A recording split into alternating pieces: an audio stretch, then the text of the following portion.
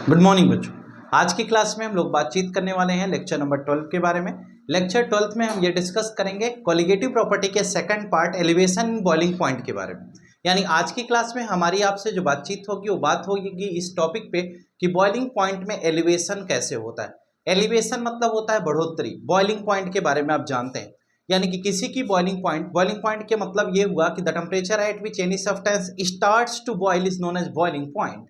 यानी कि हमने ये कहा कि बॉइलिंग पॉइंट में एलिवेशन कैसे होता है, ये पूरा का पूरा एक्सप्रेशन, उसका कॉन्सेप्ट कोलिगेटिव प्रॉपर्टी के अंतर्गत कैसे है, वही चीज हमें समझनी है। तो आइए डिस्कस करते हैं इस पार्ट। जैसे कि अभी पिछले लेक्चर में आपने देखा relative lowering of vapour pressure, उसमें हमने डायग्राम के बेसिस पर पूरा का पूरा एक्सप्लेनेशन आपको दिया था। सेम टू सेम डायग्राम के बेसिस पर एलिवेशन इन बॉइलिंग पॉइंट को भी हम एक्सप्लेन करेंगे। और आइए देखते हैं क्वेश्चन कैसे सॉल्व। बहुत इंपॉर्टेंट टॉपिक है, इससे क्वेश्चन हर साल एग्जाम में पूछे जाने की संभावनाएं होती। देखिए, हमने कल की क्लास में, यानी कि जो आपका अभी इसके पहले क्लास हुई थी, उसमें हमने कहा कि जो सॉल्वेंट होगा उसको हम फर्स्ट कंपोनेंट लेते हैं और जिसको हम मिलाए हैं यानी जो सॉल्यूट है उसको हम क्या कहते हैं, उसको हम सेकंड कंपोनेंट कंसीडर करते हैं। यहां तक बात ठीक है। हम कहते हैं जैसे सॉल्वेंट हमारा है वो फर्स्ट कंपोनेंट है, सॉल्यूट है वो सेकंड है। सॉल्यूट हमारा सॉलिड होगा, सॉल्वेंट हमारा लिक्विड फेज में होगा, ये भी बात हमें जनरली नोन है। अब हम कहते हैं कि अगर हम किसी सॉल्वेंट को लेते हैं तो उसकी बॉइलिंग पॉइंट क्या होगी। अगर किसी सॉल्वेंट को हमने लिया तो उसकी बॉइलिंग पॉइंट क्या होगी। हम कहते हैं अगर प्योर सॉल्वेंट की बात करेंगे तो उसकी बॉइलिंग पॉइंट टीबी नॉट होगी। यानी कहीं कहीं पर टीबी नॉट दिया है, टीएस दिया होगा, अलग अलग बुकों में अलग अलग दिया, जो हम आपको बता रहे हैं उसको आप ध्यान रखें। हम कहते हैं कि अगर टीबी नॉट है इसका मतलब है boiling point of pure solvent, यानी जो सॉल्वेंट हमें प्योरली दिया गया है उसकी बॉइलिंग पॉइंट हमें क्या कंसीडर करनी है, टीबी नॉट लेनी है। यानी कि जैसे हमने पानी ले लिया, पानी में चीनी मिला रहे हैं, एकदम सिंपल सी कहानी ऐसे ही समझ लीजिए। चाहे अगर हम पानी में चीनी मिला रहे हैं तो पहली चीज जो हम आपको समझा पा रहे हैं वो ये है कि हम बॉइलिंग पॉइंट जो लेंगे किसकी, हम कहते हैं जो हमारा प्योर सॉल्वेंट है उसकी बॉइलिंग पॉइंट को हमने टीबी नॉट एज्यूम कर लिया। हम कहते हैं जब इसमें हम सॉल्यूट का एडिशन करा देंगे तो सॉल्यूट का एडिशन कराने के बाद यह क्या बन जाएगा, यह हमारा सॉल्यूशन बनेगा। कहें हाँ बिल्कुल बनेगा। और जो सॉल्यूशन होगी उसकी बॉइलिंग पॉइंट क्या होगी, कहीं कहीं पर किताबों में टीबी की जगह पर टीएस लिखा होगा। टीएस मतलब बॉइलिंग पॉइंट ऑफ सॉल्यूशन। तो हम कहते हैं टीबी हमने ले लिया और टीबी को हमने क्या कंसीडर किया, ये बॉइलिंग पॉइंट ऑफ सॉल्यूशन है। जैसे हमने वहां पर P1 नॉट P1 लिया था, वैसे यहां पर क्या करें, टीबी नॉट और टीबी ले लिए। अब हमें यह समझना है कि जो सॉल्वेंट की बॉइलिंग पॉइंट होगी और जो सॉल्यूशन की बॉइलिंग पॉइंट होगी उसमें कौन बड़ी होगी। यानी कि अगर जैसे हमने पानी लिया था, ध्यान से सुनना, छोटा सा लेक्चर है। अगर हमने कहा कि शुरुआती दौर में हमने पानी लिया तो उस पानी में, पानी की जो बॉइलिंग पॉइंट है मान लो वो 100 डिग्री सेल्सियस, ठीक है। उस पानी में हमने सॉल्यूट के रूप में एक non volatile non electrolytic solute जब हमने मिलाया तो वो सॉल्यूट हमने कहा शुगर ऐड कर दिया। जब हम शुगर मिलाएंगे तो चाशनी हो जाएगी और कंसंट्रेटेड सॉल्यूशन बनेगा। तो उस कंसंट्रेटेड सॉल्यूशन को उबालने के लिए हमें ज़्यादा टेम्परेचर देने पड़ेगा। यानी कि अगर हम शुगर सॉल्यूशन को उबालना चाहें तो हमें हीट ज़्यादा करना पड़ेगा, लेकिन अगर हम पानी को उबालना चाह रहे थे तो हमें कम हीट करनी पड़ती थी। यानी हम हीट कितना करेंगे ये इस बात पर डिपेंड करता है कि पार्टिकल कंसंट्रेटेड कितना है। यानी अगर आईएमएफ, यानी ये मॉलिक्यूल हो गया दूसरा, दोनों पार्टिकल के बीच में अगर आईएमएफ ज़्यादा है तो ये क्लोज होंगे तो बॉन्डिंग स्ट्रांग होगी तो ज़्यादा टेम्परेचर देना पड़ेगा, तब हम इसे तोड़ पाएंगे। और अगर ये पार्टिकल दूर दूर है तो ऐसी केस में यहां पर आईएमएफ कम है तो हीट कम करना पड़ेगा। कम हीट करोगे तो भी ये वेपर्स में कन्वर्ट हो जाएंगे, तो इसकी बॉइलिंग पॉइंट क्या होगी, कम होगी। कोई कंसंट्रेटेड है, बॉन्डेड है, तो इसकी बॉइलिंग पॉइंट क्या होगी, ज़्यादा होगी। बस ये बात बताई जा रही। हमने कहा जब सॉल्वेंट लिया तो यहाँ आईएमएस था, जब किसी सॉल्यूट का एडिशन किया तो वह चीनी इसी के स्पेस में जाकर के बैठ गई, इसके बीच का जो स्पेस था वो फुलफिल हो गया, यह कंसंट्रेटेड हो गया। कंसंट्रेटेड के साथ इसकी फ्लूइडिटी कम हो गई, विस्कोसिटी ज़्यादा हो गई और कंसंट्रेटेड सॉल्यूशन हो गया तो पार्टिकल्स की क्लोजनेस ज़्यादा हो गई। अब इसे हीट करने पर इसका मूवमेंट कम होगा और मूवमेंट कम होगा तो हम इसे वेपर्स में कन्वर्ट कर पाएँ या हीट करने पर इसमें बॉइलिंग का फेज बने, ये क्या हो जाएगा, दोनों फिनोमिना कम हो जाएंगे। यानी कि बॉइलिंग देर में होगी। पहले क्या था, पहले दूर दूर थे तो आसानी से ब्रेक कर लेते थे, वेपर्स में कन्वर्ट कर लेते थे। अब जब ये कंसंट्रेटेड हो गए, पास पास हो गए, तब इसे ब्रेक कर पाना कठिन हो गया। यानी कि ये पास पास है तो इसे तोड़ पाना क्या हो जाएगा, कठिन हो जाएगा। इसका मतलब हम इसे बॉयल नहीं कर पाएंगे। यानी कि कुल मिला जुलाकर हम ये पढ़ते हैं कि अगर एलिवेशन इन बॉइलिंग पॉइंट का कॉन्सेप्ट हमने डिस्कस किया तो वो पूरा का पूरा यही था। यानी कि हमें समझ में आ गया कि बॉइलिंग पॉइंट का रोल क्या है। ठीक है, शायद उम्मीद करता हूँ ये बात आपको समझ में आ गई होगी।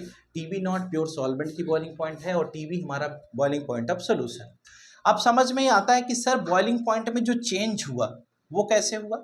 यानी कि अगर हम आपको ये समझाएं कि यहाँ पर बॉइलिंग पॉइंट में कोई परिवर्तन आएगा क्या, पहले वाले की जो बॉइलिंग पॉइंट थी और बाद वाले की बॉइलिंग पॉइंट में क्या चेंजेस आया। इसकी बॉइलिंग पॉइंट क्या होगी बेटा, ज़्यादा होगी। इसकी कम होगी क्या, नहीं, इसकी बॉइलिंग पॉइंट कम थी, अब ये कंसंट्रेटेड हो गया तो इसको बॉईल करने के लिए हमें और ज़्यादा हीट देना पड़ेगा। यानी कि इसकी बॉइलिंग पॉइंट कम थी लेकिन इसकी बॉइलिंग पॉइंट क्या हो गई, ज़्यादा हो गई। इसका मतलब प्योर सॉल्वेंट की बॉइलिंग पॉइंट कम है, सॉल्यूशन की बॉइलिंग पॉइंट ज़्यादा है। और इसके पीछे हाथ किसका है, ऊपर वाले का। यानी जो सॉल्यूट हमने मिलाया वो कितनी मात्रा में मिलाया, ज्यादा मिलाए होगे तो सॉल्यूशन ज्यादा कंसंट्रेटेड हो जाएगा तो बॉइलिंग पॉइंट बहुत ज्यादा हो जाएगा, क्योंकि क्रिस्टल का भी फॉर्मेशन हो सकता है ना। और अगर आपने जो सॉल्यूट ऐड किया वो कम मिलाया होगा तो बॉइलिंग पॉइंट में जो चेंज आएगा वो कम का आएगा। तो चलिए करके देखते हैं। हमने ये कहा कि अगर हम चेंज इन बॉइलिंग पॉइंट देखना चाहें, यानी कि इस केस में हम अगले स्टेप में आते हैं, तो हमने कहा कि अगर हम चेंज इन बीपी देखें, बीपी मतलब बॉइलिंग पॉइंट में चेंज देखना चाहें, तो हम कहते हैं डेल्टा टीबी। डेल्टा टीबी का मतलब क्या हुआ, बॉइलिंग पॉइंट का चेंज इज इक्वल टू क्या होगा, ज्यादा वाले में से कम वाले को घटा देंगे तो टीबी माइनस टीबी नॉट। यानी delta TB is equal to हमें क्या मिल गया, टीबी माइनस टीबी नॉट। यानी टीबी हमारा ये है और टीबी नॉट क्या है, ये है। तो टीबी में से टीबी नॉट को क्या कर देंगे, सब्ट्रैक्ट कर देंगे। जब हम टीबी में से टीबी नॉट को घटा देंगे तो हमें क्या मिल जाएगा, डेल्टा टीबी मिल जाएगा। और डेल्टा टीबी कुल मिला जुलाकर हमने क्या देखा, यह चेंज इन बॉइलिंग पॉइंट है। अगर delta TB change in boiling point है तो हमने ये चीज समझ ली है। अब हम थोड़ा और आगे की तरफ चलते हैं। यानी कि ये डेल्टा टीबी में ये चेंज आ क्यों रहा है, यानी कि बॉइलिंग पॉइंट में जो चेंज हुआ वो हुआ किसकी वजह से, कहें जो सॉल्यूट मिलाया उसकी वजह से। हमने कहा कि अगर सॉल्यूट का एडिशन कर रहे हैं तो उसी की वजह से बॉइलिंग पॉइंट में चेंज आ रहा है। तो delta TB is directly proportional to small m. Small m का मतलब हुआ, यहाँ मोल फ्रैक्शन की बात नहीं करें, मोलैलिटी की बात करें। अब किसी बच्चे के दिमाग में आता है कि सर अभी तो आप मोल फ्रैक्शन की बात कर रहे थे, अब आप मोलैलिटी की बात करें, आपने कंसंट्रेशन की बात क्यों नहीं की, आप मोलैलिटी भी तो कह सकते थे, आप मोलैलिटी क्यों कह रहे हैं, ये भी तो क्वेश्चन आपके ध्यान में आ सकता है। तो हमने कहा डेल्टा टीबी मोलैलिटी पर डिपेंड करेगी, यानी सॉल्यूशन की मोलैलिटी क्या है, यानी कि आपने कितने सॉल्यूट को कितने सॉल्वेंट में मिलाया, इस पर डिपेंड करेगा कि सॉल्यूशन की बॉइलिंग पॉइंट में चेंज इतने का क्यों आया। ध्यान से सुनना, मोलैलिटी ये कहती है कि इतने सॉल्यूट को इतने सॉल्वेंट में मिला रहे हैं। जब ये पता चलेगा तभी तो आपको कंसंट्रेशन डिफाइन होगी ना, सॉल्यूशन का कितना कंसंट्रेटेड है। अब हम मोलैलिटी पर नहीं जा रहे हैं, समझ में आ रहा है, क्योंकि यहां पर हम सॉल्यूट को सॉल्वेंट में मिला रहे हैं, सॉल्यूशन के अंदर सॉल्यूट नहीं प्रेजेंट है। हमने कहा इतने ग्राम सॉल्यूट को इतने ग्राम सॉल्वेंट में जब हम मिलाएंगे तो ये मोलैलिटी का केस होगा, ना कि मोलैरिटी का। यानी यहाँ मोलैरिटी का केस नहीं है। तो हमने कहा इतने ग्राम सॉल्यूट को इतने ग्राम सॉल्वेंट में मिलाया तो ये किसका केस हो गया, मोलैलिटी का। यानी हम यही तो पढ़ते हैं, number of moles of solute present in dissolve in 1 kg of solvent, ये पढ़ते हैं ना। और मोलैलिटी में तो present in 1 litre of solution. यहाँ सॉल्यूशन की बात तो हमने लीटर में की नहीं है, हमने कहा इतने को इतने में मिला रहे, इसलिए हम यहाँ पर क्या लिखते हैं, मोलैलिटी लिखते हैं। यानी कि मोलैलिटी पर डेल्टा टीबी डिपेंडेंट है, इतनी बात आपको समझ में आ जानी चाहिए। अब हम कहते हैं कि डेल्टा टीबी को जब हम थोड़ा और सॉल्व करते हैं, यानी इस प्रोपोर्शनलिटी का कांस्टेंट को हटाते हैं, तो यहाँ से हम KB इंटू एम, तो ये delta TB is equal to KB into m. ये KB क्या होता है बेटा, KB हमारा molal elevation constant, molal elevation constant है, या इसे हम एबेलियो स्कोपिक कांस्टेंट भी कहते हैं, एबेलियो स्कोपिक कांस्टेंट भी कहते हैं। कभी कभी ये क्वेश्चन भी आ जाता है और हमने ये क्वेश्चन आपसे पूछा भी है, कम्युनिटी पोस्ट पर ये डाला भी है क्वेश्चन, KB को हम क्या कहते हैं, एबेलियो स्कोपिक कांस्टेंट के नाम से जानते हैं। अब हम थोड़ा और आगे चलते हैं। हमने कहा Kb तो पता हो गया, यानी ये एक कांस्टेंट है, इसकी वैल्यू हो सकता है दी रहेगी। हम कहते हैं जब इसको और सॉल्व करते हैं तो हम क्या पाएंगे, delta Tb is equal to Kb into m, मतलब मोलैलिटी, और मोलैलिटी का फॉर्मूला हमें पता है क्या, number of moles of solute. पूरा एकदम डिटेल में लिख रहा हूं आपको जिससे परेशानी ना हो। दूसरा हम कहते हैं mass of solvent in KG, ये पढ़े हो। अगर ग्राम में कर देंगे तो 1000 से डिवाइड कर देंगे, ये फॉर्मूला हमने पढ़ा है। हमने कहा कि केबी को केबी ही रहने दो, इनटू अगर हम number of moles of solute, solute हमारा क्या है, सेकंड कंपोनेंट है, और अगर हमें मोल निकालना होगा तो यहां से हमें पता है, यहां से हमें दो बातें पता हो जाती हैं, एक W2 पता हो जाता है, एक M2 पता हो जाता है। हमने ये कहा कि नंबर ऑफ मोल निकालने के लिए हम कहते हैं mass of solute upon molar mass of solute upon mass of solvent. Mass of solvent मतलब कितने ग्राम में मिलाया, तो यहां से हमें क्या मिल जाएगा, W1। क्या हमें M1 चाहिए, नहीं, हमें M1 नहीं चाहिए। हमने कहा कि यहां से हमें W1 मिल गया। हम कहते हैं अगर ये ग्राम में दिया है तो हम क्या करेंगे, 1000 से डिवाइड कर देंगे, यानी कि हमें पता है mass of solute, molar mass of solute और मास ऑफ सॉल्वेंट पता है। हम तीनों बात यहां लिख दिए हैं, अब हमें कुछ नहीं करना है। हमने ये कहा कि डेल्टा टीबी के फॉर्मूले पर ही चल रहा है।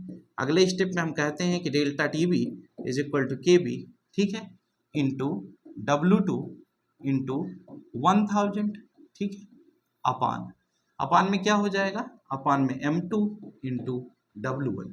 ये हमारा क्या हो गया, यह फॉर्मूला बन जाएगा किसका, बॉइलिंग पॉइंट एलिवेशन केस का। यानी हम कहते हैं मोलर एलिवेशन कांस्टेंट Kb यहाँ है, W2 ये है जो सॉल्यूट हमारा आया, M2 उसका मोलर मास हो जाएगा बेटा, W1 कितने ग्राम सॉल्वेंट में डिजोल्व किया जा रहा है, TB0 यहाँ दिया है, TB यहाँ दिया है। सारी वैल्यूज पुट करके हम आसानी से निकाल सकते हैं। अगर डायरेक्ट डेल्टा TB, देखो क्वेश्चन दो तीन तरीके के बनते हैं। अगर केवल डेल्टा TB पूछे, W2 M2 M1 W1 ये सब दे करके और Kb दे दे, Kb आपको क्वेश्चन में दिया रहेगा कि बॉइलिंग पॉइंट एलिवेशन कांस्टेंट ये इतना है इस केस में, तो Kb की वैल्यू डायरेक्ट पुट कर देना, उसमें कुछ करना नहीं। W2 M2 W1 आपको दे दे और डेल्टा TB पूछे तो आप जो वैल्यू कैलकुलेट करने पर आएगी वो किसकी आएगी, डेल्टा TB की आएगी, है ना। किसी क्वेश्चन में TB0 और TB दे दिया, TB0 और TB दे दिया, W2 दे दिया, M1 दे दिया, लेकिन M2 नहीं दिया, यानी जो सॉल्यूट मिलाया उसका स्पेसिफिक नेमिंग नहीं की, यानी कहा कि 5 ग्राम एक सॉल्यूट को हम मिलाते हैं, लेकिन सॉल्यूट का नाम नहीं बताया। नाम नहीं बताया तो हम M2 कैसे निकाल पाएंगे, नहीं निकाल पाएंगे ना। इसका मतलब हमें W2 तो पता हो जाएगा लेकिन M2 नहीं पता होगा, और M2 अगर नहीं पता है तो हम M2 यहां रखेंगे, बाकी वैल्यूज पुट कर देंगे और हम M2 निकाल लेंगे। अच्छा, एक बात यह है कि हम, जैसे आपके दिमाग में आता है कि सर टेम्परेचर को केल्विन में लेंगे कि डिग्री सेल्सियस में, अगर किसी केस में डेल्टा TB निकालना है तो डेल्टा TB चाहे डिग्री सेल्सियस में निकालो चाहे केल्विन में आएगा वो बराबर है। अगर डेल्टा TB आपको डिग्री सेल्सियस में दिया है, डेल्टा TB मतलब चेंज, तो चाहे 2 डिग्री सेल्सियस को माइनस कर लो चाहे 2 केल्विन को माइनस कर लो, जो चेंज आएगा वो तो हमेशा सेम आएगा। यानी डेल्टा TB अगर किसी केस में दिया हुआ है तो आपको वहां कंफ्यूज होने की जरूरत नहीं है। डेल्टा TB चाहे डिग्री सेल्सियस में दिया रहे चाहे केल्विन में दिया रहे, डायरेक्ट आप उसे पुट करके क्वेश्चन को सॉल्व कर सकते हो आसानी से। ये बात आपको ध्यान रखना है। यानी कि अगर मान लो आपको ऐसा भी क्वेश्चन आ सकता है कि सब कुछ दिया हो, बॉइलिंग पॉइंट सॉल्वेंट का दिया हो, फिर कह दे इतने ग्राम इसमें इसको मिलाने पर बताइए सॉल्यूशन का बॉइलिंग पॉइंट क्या होगा, तो कुछ नहीं, इसको तोड़ लेना डेल्टा TB को। ये क्या हो जाएगा, जब तोड़ दोगे तो TB माइनस TB0 हो जाएगा। यानी अगर इसको हम तोड़ करके लिखें ये फॉर्मूला हमारा क्या बन जाएगा, TB minus TB0 is equal to KB into W2 into 1000 upon ये क्या हो जाएगा M2 इंटू W1, ये बन जाएगा। अगर आप इसको ब्रेक कर लेते हैं फॉर्मूले को, है ना। और TB तुम्हें पता है बेटा सॉल्यूशन है, TB0 क्या है, सॉल्वेंट। किसी किसी केस में क्या होता है, सॉल्यूशन पूछ लेता है और हमें TB0 का दिया नहीं रहता है, मतलब डायरेक्टली ये नहीं बताता कि TB0 है क्या। अगर उस केस में TB0 हमारा वाटर है तो सिंपल सी बात है 100 डिग्री सेल्सियस, है ना। वाटर की बॉइलिंग पॉइंट हम 100 डिग्री जानते हैं, तो वो